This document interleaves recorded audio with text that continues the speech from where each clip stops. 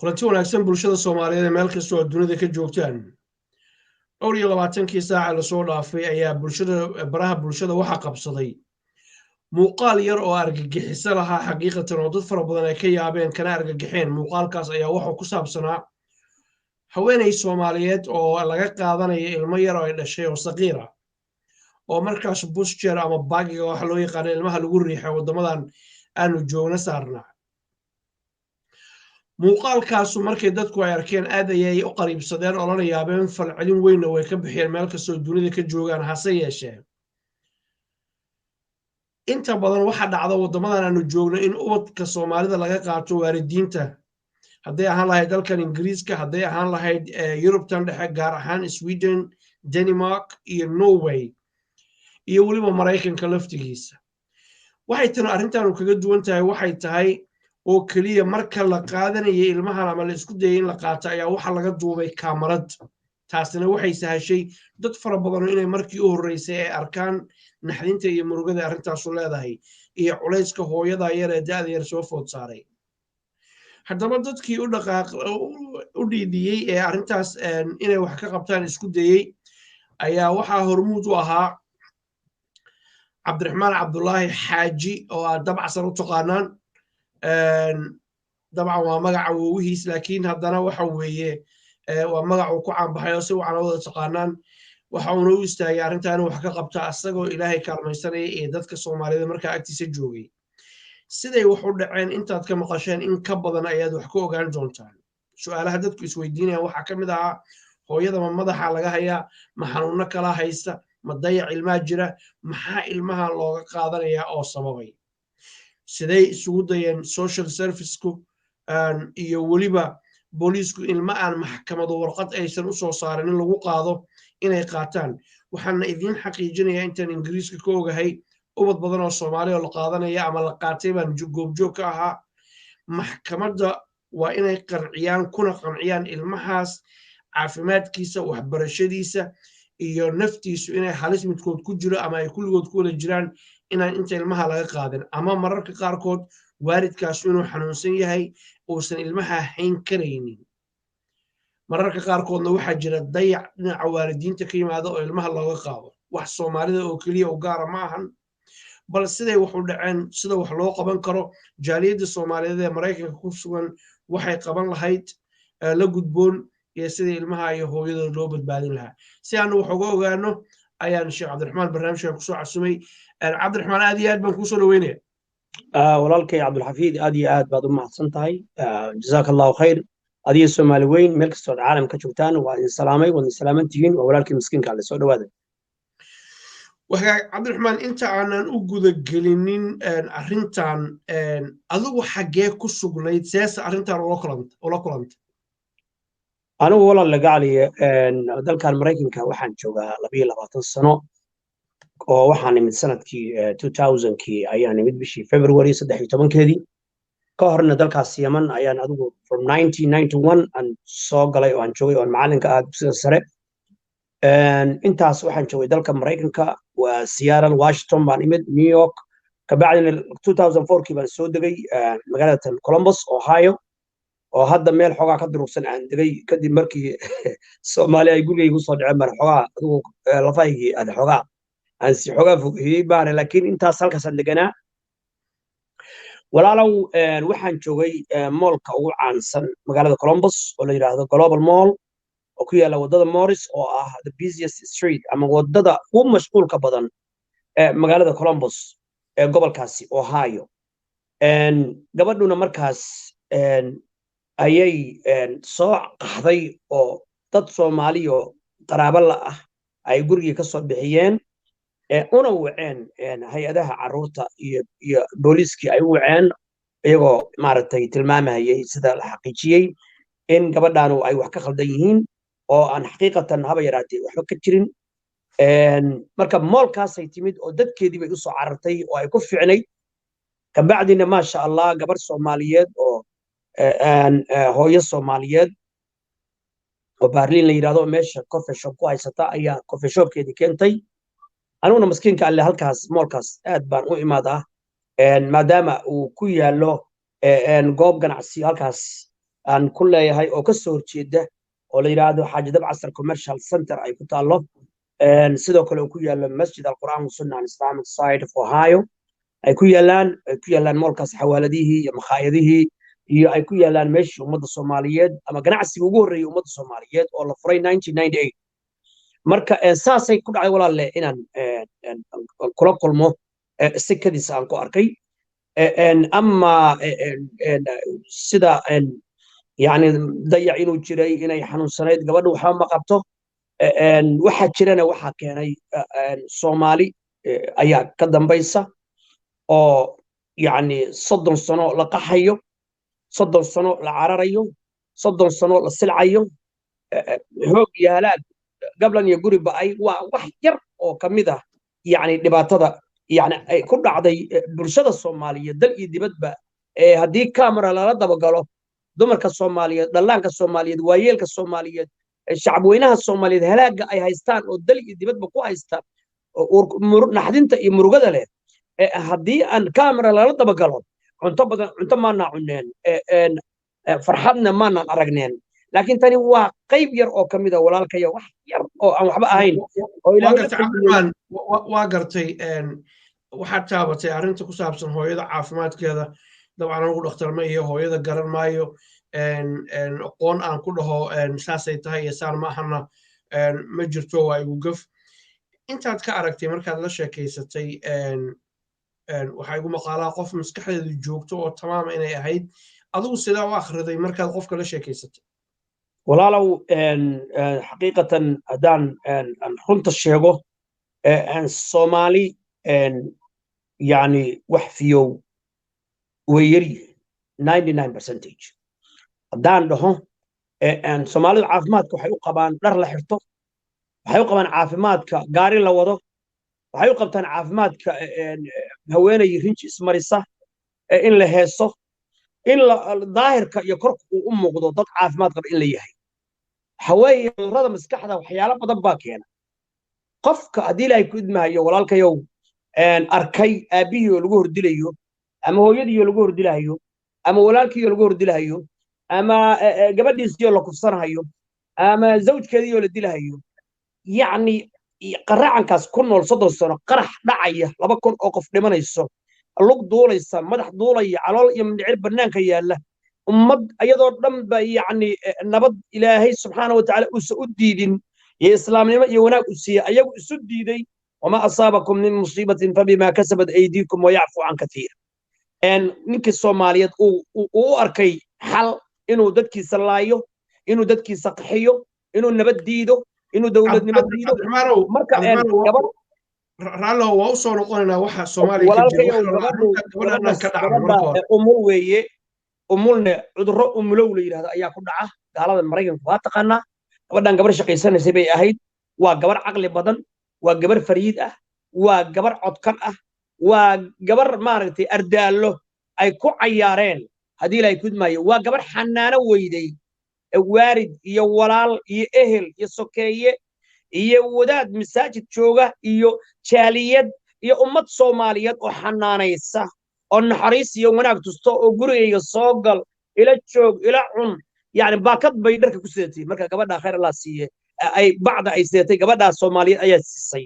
baakad iyo gabadhana gacanta ku haysatay baakadna waxay ku wadatay alaabteeda ku sidatay marka walaalow yani guriyaysa xataa ma lahayn miya Cabdiraxmaan Raalow guriyaysa xataa iyo deegaan ma laha miya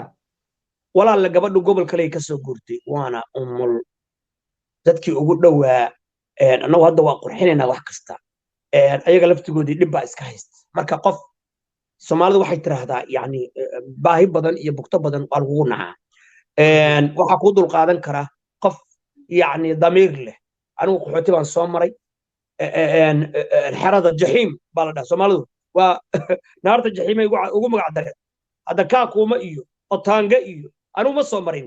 iyo xagar dheer iyo laakiin maskiinka Allah naha yani qaxooti baan soo maray marka waan dareemayaa qofka gobolada Mareykanka waa soo martay inaan homeless ku noqday inaan ay wax soo dhaweeyo iyo wax albaabka iga xirtaba aan arkay in shaqalaan bari ugu dhacday inaan koronto mar iska bixin waayay inaan kiradii iska bixin waayay in aan yani dantu ibaday yaa muslimee yaa caawiyo marka walaalow maxaad moodaa haweeney dumara oo umul ah oo aan nin haysan oo aan ehel haysan oo zawjo haysan yani waa homeless marka caaway waxay inooga baahan tahay Soomaali weyn anu waxba ma qaban laakiin hadda loo inooga baahan yahay inaan wax qabanno xamdi guri ay leedahay waa u samayn karnaa u samayno masaajidiyaan dhisnaa ana ugu liito oo 3-4 masjid ilaahay qudradiisa yani shan ku dhow waan dhisay gobolada kala duwan ee Mareykanka anoo kaliya urdimeedna aan ahayn koox aan qabiil aan wadin marka insha Allah ta'ala bi'awn Allah wa quwwati ilaahay qudradiisa gabadhaas guri ayadu ay leedahay aanu dhisi karnaa waa qurxin karnaa frinjeer qurux badan iyo guri nadiif ah iyo dhar iyo labis iyo dahab iyo dad xanaaneeyo oo hareeraha ka fariista iyo quraan saar iyo wax kasto fiican gabadhaas walaalle taas ayaa muhiim ah gabadhii ilmihii waa soo dhiganay ilaahay waa nagu guuleystay xeelad iyo quwad iyo tabar anagu malihin laakiin ilaahay baa na awoodsiiyay ummadda Soomaaliyeedna gabar waxaan arkayay hooyo Soomaaliyeed baa ii soo dirtay cod ilmeynaysa adigay ku sheegaysa marka hooyadaas Kenya joogtaa waxaan jecelahay waraysi baad la yeelatay waa ma aqaan anu ma xasuusto laakiin way ilmeynaysa way ooyaysa dhibkii wali way haystaa bay leedahay walaalow marka hooyadaas mar labaad inaad waraysato oo loo istaagana waan ka codsanaya hooyo Soomaaliyeed oo buraanburey ku magac baxday oo 7 caruura laga qaatay kii ay dhashay laga dafay marka hadii ay jiraan dad Soomaaliyeed waxaan leenahay congress woman iyo yani wasiirra leenahay يعني waxaan leenahay yani Canada ku leenahay wasiir waxaan ku leenahay meel walba Soomaaligu meel walba jooga waa dad productive ah dad waxtar leh dad waxa weeye adduunyaha markay joodan ka muuqda dad nuclear bomb iyo physics bartay aan Mareykan ku arkay oo yani Soomaali ah oo satellite iyo dhakhaatiirta nursing kaliya kun ku dhow magaalada gabdhaha oo gaalada yaabanta oo ay leeyihiin jaamacadaha laga joojiyo Soomaalida laga joojiyo يعني 1500 oo arday 2000 oo arday oo hal sano jaamacad galay oo kulligoodna dhakhtarnimo iyo injineernimo iyo business iyo international relations iyo yani field kasta galay oo laga yaabay marka dadkeenu waa dad waxtar leh ganacsigoodu waa middle class gaaraan dalkan Mareykanka waa heer sare marka gabadhan iyo gabdhaheena Soomaaliyeed waa u istaagi jirnaa laakiin cudur baan u dhacay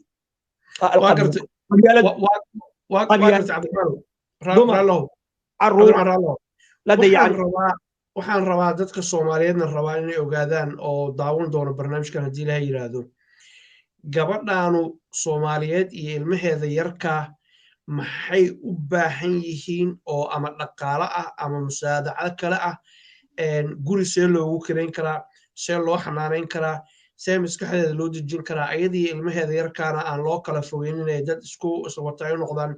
ilaan waa hooyo haddaad hooyo ilmaha ka qaadid meel aan la daaweyn karin baa mar walba xanuunaysa aanna la taaban karaynin waxaa xusid mudan maanta oo axada 14 bisha March 2021 inay tahay maalinta hooyada adduunka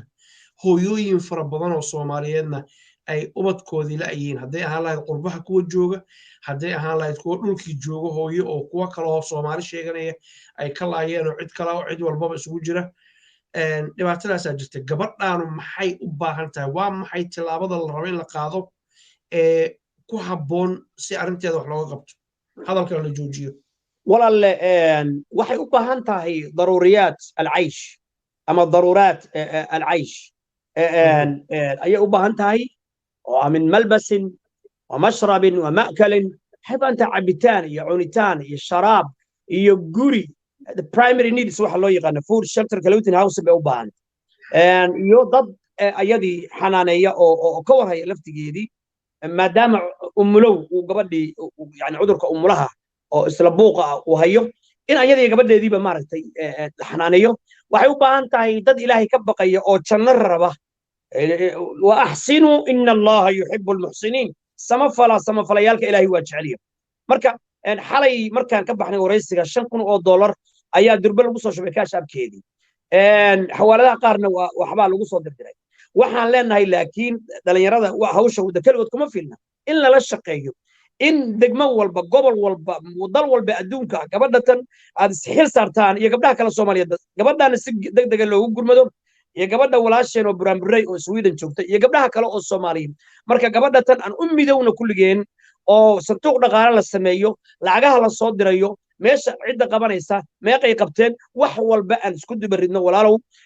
meel ho u baahan hadal lagama keeno ilaahay waa jecel yahay kuwa samafalayaalka ah marka qof walowba qaxooti baad soo martay qof walowba dal shisheeyaa timid qof walow kii wax la siiyo shalay wax maada haysan wa ahsinu inna allaha yuhibbu almuhsinin waa gabadhiinni waa walaashiin waa xaaskiinni waa ina adeertid nin Soomaaliyeed baa dayacay nin Soomaaliyeed baa caloosha u buuxiyay nin Soomaaliyeed baa ka cararay gabdhihiina saasay maanta ay u badan yihiin ragga Soomaaliyeed oo naxariis muujiya ilaahay ka baqa heshiiya dalkiinni gabadhan gurigeedii bay ka soo qaxday ka soo carartay ay joogtay oo ilaahay yiri waqarna fi buyutikum gurigeeda u daaya ninka siyaasiga ah ninka xilka rabow ninka kursiga rabow ninka madaxweyne inuu noqdo rabow ninka inuu xildhibaan noqdo rabow ogolow system iyo law iyo shariica islaam iyo wixii lagu heshiiyay dimuqraadiyad iyo 4.5 iyo mid toosan iyo mid dadan iyo waxay doontaa ilaahay shacabkan miskiinka uga baqa u hoggaansama shacabka Soomaaliyeed waxa halkan xisad mudan inay shacabku aniga arkeen nin booliis hortaagan walaalayaal booliiska hadaan adoo la dagaalamaynin adigoon cayrsanaynin iyo maxkamadahaba haddiinaan iska oran waa layn ku tumanaya waxaan xasuustaa wiil brilliant student ahaa oo gaal iyo muslimba ka yaabeen oo dalka Pakistan wax ku soo bartay Mareykan markuu yimid tacliintiis laga yaabay oo 30 sano aan gaarin oo deegaanka Puntland ka yimid oo la oran jiray Cabdirasaaq Cartan hooyadiis waa ii ducaysaa waana ilmaysa markii aragto ayaa waxaa joogtay nin askari oo booliis 5 xabba maana 50 xabba wax la ku dhuftay amrun dubira bilayl wax laga soo shaqeeyay buu ahaa oo ninkii Trump ah oo aan rabo anigu inaan maxkamad soo taago uu ka dambeeyay si uu maaragtay nacaybka ummadda Soomaaliyeed uu ugu abuuro wiilku meel yar baa gaarigu soo istaagay oo darbi waxba ku dhacay waa wax xaqiiqo ah wiilkii waa baqay waa xararay wuxuu yiri hadii ay ku makaba waa hareerayeen been sheekay la sameeyay sakanno booliska markay halow la yiri marka xabadu ku dhaceen waa isla taagnay Trump magaalada tan buu yimid markuu darajada ku taxayay ninkii daalimka ahaa oo faajirka ah magaalada Cincinnati ka yimid oo criminalka ahaa waxaan taagnaa asaguna halkaas xaflad ka dhigayay anna qabrigii Cabdirasaaq Cartan baan taagnaa oo aan sawirkiisii iyo sawirkii askarigii joogtay baan soo agdhigay live baa loo daawanayay Soomaali weyn kana waxaan ku qoray criminal dambiile qaatil ah kana waxaan ku qoray shahiid ilaa haddana taasan aaminsanahay wiilkaas waa la khaarijiyay Trump baana khaarijiyay Soomaali u istaagay ya cid dhaqdhaqaaqdayna ma jirto dadkii waxaan maqlay ninkan xabad kuulay waxa way Soomaaliga maantay yamamaato iyo James Wan u sujuudaya u rukuucaya ninka madaxtooyada filla Soomaaliya ka doortay afisyooni ninka askariga Ugandayska iyo Burundiga ka doortay wiilasha xoogga dalka Soomaaliya ee qaranka Soomaaliya gorgor iyo haramcad iyo nisa iyo booliiska iyo geesiyaalka Soomaaliya ninka madaxweynaha Soomaaliya iyo gobolladii kale ee Soomaaliya ka doortay hadii ay ku idmaayo yamamaato iyo James Wan iyo Mandera iyo magaciisa ma aqaan iyo Ethiopian iyo Kenyaati anigu ma aqaan Soomaalinimada iyo wadaniyada uu sheeganayo dadkiisina nabadooda soo xinay waxa weeye dadkeenu waa iskalaay aan soo yar cilin Cabdiraxmaan arintan Mareykanka aanu yara joogna hadii la yiraahdo waxaa joogta dalka Mareykanka Soomaalida ugu badan oo qurbaha joogta ayaa ku nool baa la yiri markaad eegtid waxaan maqalnaa mararka qaarkood Starbucks in qabyaalad iyo sheekooyinka lagu falanqeeyo masaajidda waaweyn baa leedihiin laakiin dadku ma wada xumo adiga sheegaya gabdhaha neerska iyo ardaydan wax baratay dad badan oo wanaagsan baa leenahay markaad jaaliyadda eegtid ma jaaliyad danta guud ka midaysan baa mise waa jaaliyad burbursan oo xanuunadan qabyaaladda iyo dadka kala faquuqa oo ummadda kala fogeeyo ku dhacay waase ولا لقعلي حقيقة أنو رجع الصوماليات بان كميدا هاي أو عيبي سنة طاري أنو رجع عيبوبي أو الصوماليات بان كميدا أما الخير كصومالي لو أمانه هو أمانا أما عيبت الصومالي لا هاي له من قال هلك الناس فهو أهلكم يرنوا صلى الله عليه وسلم قف إذا تتوه هلك سمنا سجوا وهلك سن umarayn maayo Soomaaliga ceeb badan anigu ma jiro inkastoo ana wax dilin waligay laakiin ninkii gabiyo wuxuu yiri wallahi law alimu qabiha sarirati la bas salama alayya man yalqani hadday ogaan lahayn wallaahi ceebtayda iyo dembiyadayda iyo dhacdhaca iyo khaladaadka iga dhaca qofba ima salaamin mid kalena wuxuu yidhi ana alladii ughliqu alabwaaba mujtahidan cala almacaasi wa caynu allahi tanduruni anigu waxaan ahay midka albaabada xiranayo oo hoosta ka xiranayo anigoo ilaahay caasinaya iyadoo ilaahay ii jeedo waxaan ka wadaa anigu anaaba ceebaysan laakiin soomaali waxaan leeyahay walaalayaal lacag waad ka dheragteen soomaalida qurbaa joogto gaaraan dalka maraykanka soomaalida maraykanka joogta maasha allah waa middle class wiilashii soomaaliyeedna barna jaamacadahay aadeen intii kalena waxay saaran yihiin baa la yidhaahdo tareelayaal oo la yidhaahdo tracking ayay saaran yihiin ka ugu yar baa sameeya dhowr iyo 10 kun 9 kun 10 kun 20 kun dhowr kun oo wiil waa saarantaan qiyaasaya haday 5 kun 6 kun oo wiil ahaynba ama ilaa 10 kun oo wiil waa saarantahay haddii ay fidmaayo businessyada kale ku jiraan home health care waxay ku jiraan daycare ku jiraan waxay ku jiraan real estate ku jiraan waxay ku jiraan ganacsi Maraykan uu galo oo aysan ku jirin Soomaalidu maanta ma ay jiraan ayaga shaqaale ay soo amarka Soomaalidu ama waa private sector bay ku jiraan ama ayaga isu shaqeeyo dhexdooda walaalow marka hadaan tan kaaga soo gudbo hal cudur baan la dilay waa cudurkii qabyaaladda Soomaaliya qabyaalad kama jirto qabyaaladdu qurbay ka jirtaa balaayadu halkaan ay ka jirtaa Soomaaliya qurbaha laga dumiya maamul goboleedyada meesha laga dhisay oo looga taliyo waa qurbaha weeyaan marka walaalle caruur iyo dumar iyo dhalaan iyo dadkii tabartar yaraa iyo elderskii waa ay dayacmeen waana wax meel kasta ka jira maxaa ina la gudboon maxaa ina la quman waxayna la quman ilaahina ka baqdo ana sooto arta Minneapolis jifa kasta meel bay ka soo jeedaa Columbus Charlie waa gartay xanuunkaas kolley ugu jira qurbahoo dhan waxaan rabaa inaan waqtiga ka faa'iidaysano oo soo koobno waa gartay adigu dhin culumaha tahay qolyihiinan wadaadada mararka qaarkood markay isku tashtaan oo isku yimaadaan laftigooda wax badan bay qabtaan oo khayr badan bay leeyihiin masaajidada inaad lacag uga aruursaan gabadhan iyo ilmaheeda yarka oo la xifdiyo haddii dadkii kale la gaari waayey nimanka dhalinyarada trugga wada kuwa tagaasida wada kuwa ganacsiga leh gabdhaha neerska la yidhaahdo wartolbeel ayaa Soomaaliya hooyada iyo ilmaheeda hala badbaasho masaajidada aad jamcaha ka hadashaan ma idin muuqato ayada walaalow waa fududahay waxaan xasuustaa anigu inaan ku biiray 11 masjid magaalada Minneapolis oo masaajidkii anigu aan ka mid ahaa ee uu ku biiray masaajidyadaas waxaan ku heshiinay 6 milyan iyo bar inaan isla bixino oo masaajidyadaas lagu lahaa cabdixaafid oo TV-ga qarankaana laga sheegay anigu habeenkaas waa iska karto waxay war dhaabad lagu awrkacsanaysan bari marka 6 milyantii iyo bartiiba waa la bixiyay alxamdulillah aniga ma sha Allah يعني ما تضبط كم بيجي السوق قرتي الله لما بحين سك صباح كل عدله أدو إسكده لكن أبال بنوها يا بلا يلبحيي مركي دمنا ماشي وأنا عودو مركي دمنا ماشي كمبري قطعي أو ماشي سيبه إلى هيكو بدبادي الصوماليين مركا ولا اللي دي اللي حمليان يا بر شعب الصومالي مركي أركين وده دي سوت جايهم ده يستن أو مارتي عن قياس كرو اللي إحنا مليان يا بركاس يلي مليان أو كله أو أنا وهذا والعاملين عليها يوحل ده دي لا يكتب هيو الزكاة ضد الصوار وهي هو وإني دي لا يكتب هيو أيوه halka عبد الرحمن dadka aan fahansanayn aayadda wal caamiliin calayha waxa weeye waxa jira lacag baa waxa laga aruuriyaa masaajidada ama TV-yada laga aruuriyaa marka dadka lacagta aruuriyay waa waxa laga siiyaa khidma waxaana la yiraahdaa waxay ka mid yihiin wal caamiliin calayha ujeedada u jeeda sidaas weeye نعم marka waa runta walaalayaal oo yani waxyaalaha xataa si xad dhaafa qaarkood u sameeyaan oo talanba wadaadku wuxuu leeyahay fundraiserka wadaad caan jira marka wuxuu sameeyaa fundraiser mu sameeyaa wuxuu leeyahay marka 30% aniga iskale yani 100 hadii la horreeyo 30 asaga iskale 20 kuwii la shaqeeyay 30 baa iskale adiga masaajidka waxa laga yaabaa 30% yiro saarto oo khalad ah wadaadka ama qofka qof waxa uu qabanaya ama agoon ama qof xanuunsan ama qof jiran وحي يعني فليأكل ومن كان غنيا فليستعفف ومن كان فقيرا فليأكل بالمعروف قفك يعني أدان استمري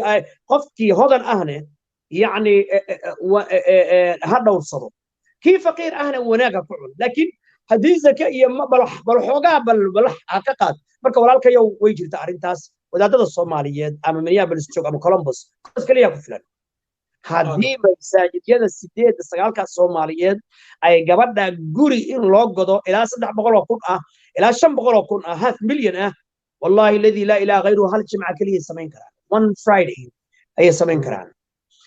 وانا عصاني هادرتان دمان مساجديدا نورث امريكا meel walba iga maqlaya golaha imaamiyada masaajidada la baxay waxaan idin ka codsanaya xamdi maxamed xaaji saciid waa gabadheeni aan u helino aan cadda xaqiijino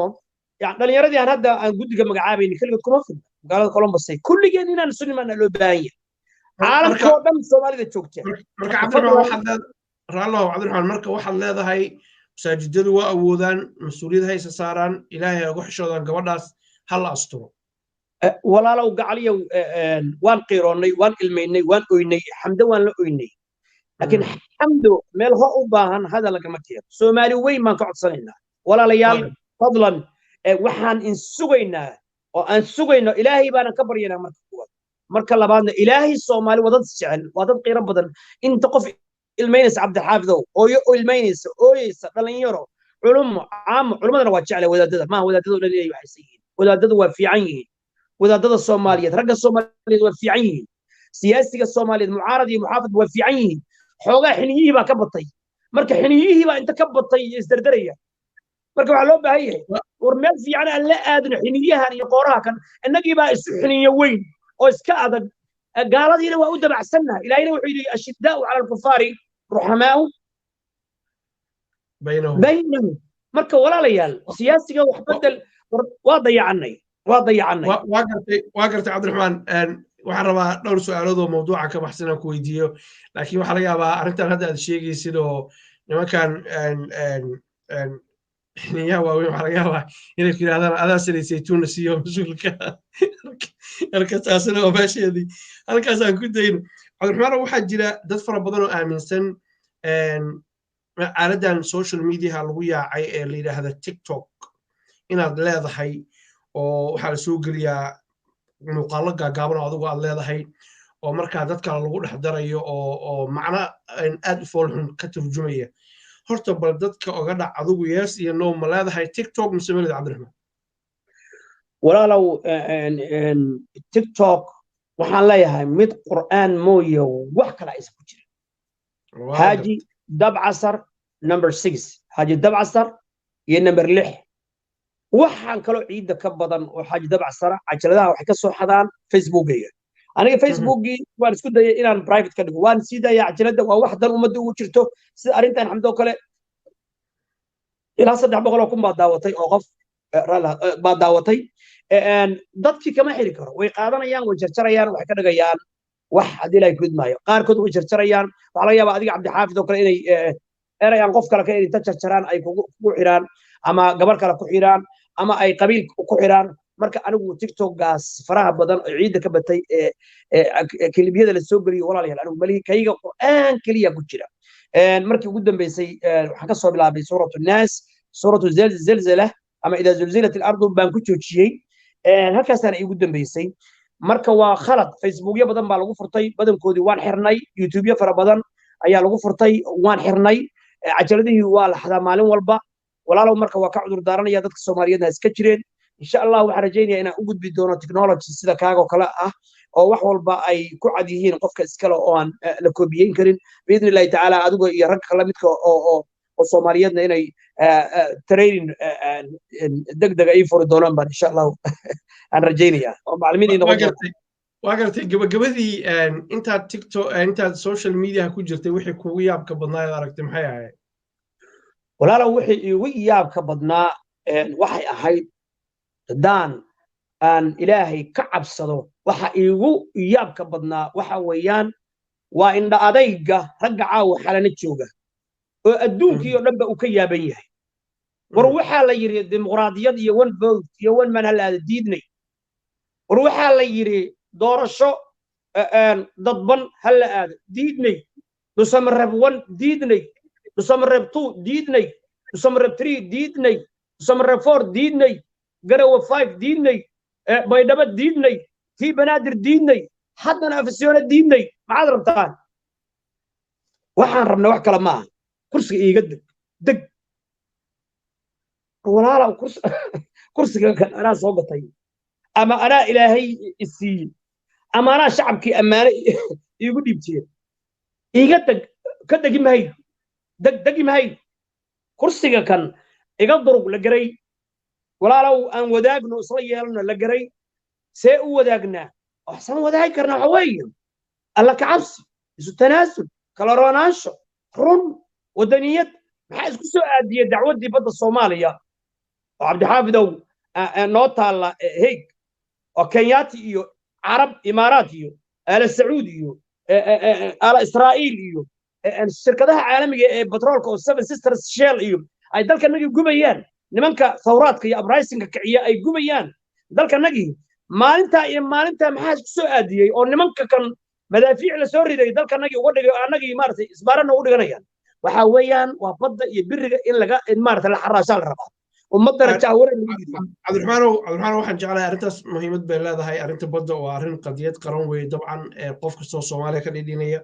laakiin waxaan rabaa inaan dadweynaha u sheego sidaa adigu u dhigay sidoo aad ku eedeynaysa nimankaas siyaasiyiinta ah waa ra'yigaaga adiga kuu gaarka xaq baana u leedahay ugu dambayntii maxaad kula dardaarmi lahayd bulshada soomaaliyeed dunida daafeeda kaa daawanaysa aad jeceshahay inaad ku tidhaahdid inkastoo hadda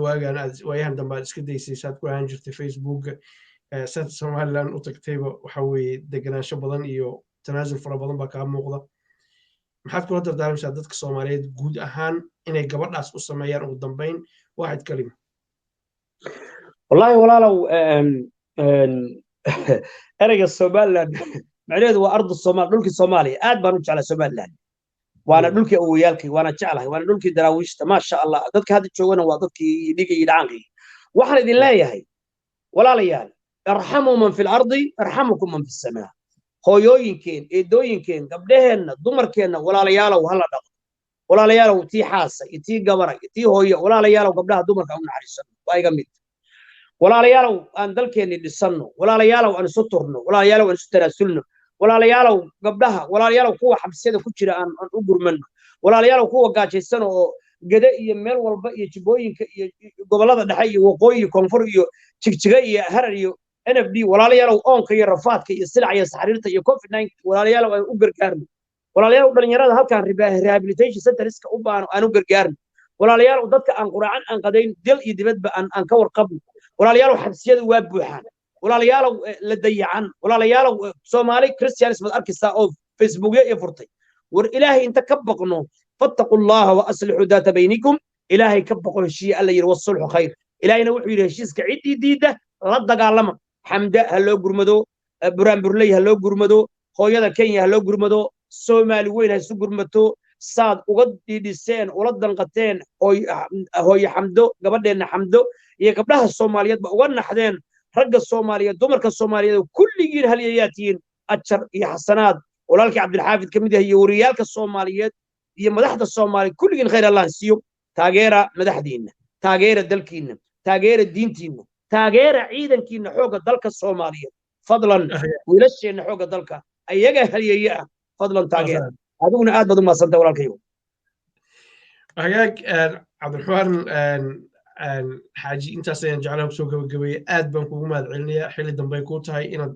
maaragtay arrintan u istaagtay muqadaska inanta iyo hooyadeed ilaahay sabab uu kaaga dhigay bulshada Soomaaliyeedna ay ka falcelisay dabad iyo gudo mid duceeye iyo mid dhaqaale bixiye iyo mid khayr Allah ciishooda ilaahay waxa weeye ummad aan kala maarmi karin weeye ilaahay ku xifdiya adiga laftigaaga waa hal qoys weeye hal qoys say isugu ilmeynayso say u ilmeynayaan ilaahay yow Soomaali xifdi guulaysta walaalayaal kulligiin guulaysta barakallahu fiik wa hagaag aayadaas aad akhriday baan ku soo gabagabeynaa suurta anfaal ku jirta fattaqullaha wa aslihu dhaata baynakum allah ku karaameeyo daawadayaal intaas ayaan kusoo gabagabeynaa waraysigaan ula yeelanay xaaji dabacsar ilaahay ha karaameeyo idinkaa daawanayay hooyadaas waan idinla soo socodsiinaa miskiinka alle hooyada kale uu ka hadlayey Cabdiraxmaan aanu inankeedo Maraykanka ku dhibaataysan aanu hadda ka horbaahinay wax allaala waxaan qaban karnay oo dhan waa dirnay jawaab baan sugaynaa dowladaha iyo dad maxaa lahaa degdeg uma jawaabaan laakiin insha allahu tacala waxaan kalsoonahay safaaradda soomaaliya shakhsiyaad ka shaqeeya asxaabnahay aan la xiriirnay iyo jaaliyadda soomaalida minneapolis deganba inay maaragtay arrintaas wax ka qabtaan waa farxad leh jazaaka allahu khayr waa waajib weeye insha allah marka intaasaan kusoo gabagabaynaynaa waa mahadsantihiin wabilaahi towfiiq wasalaamu calaykum waraxmatullaahi wabarakaatu وعليكم السلام ورحمة الله وبركاته. أدو ياد بدو ما سنتي أدونه ولكن غالية ومدى الصومالية عدك سوق الكارث. ما تسني.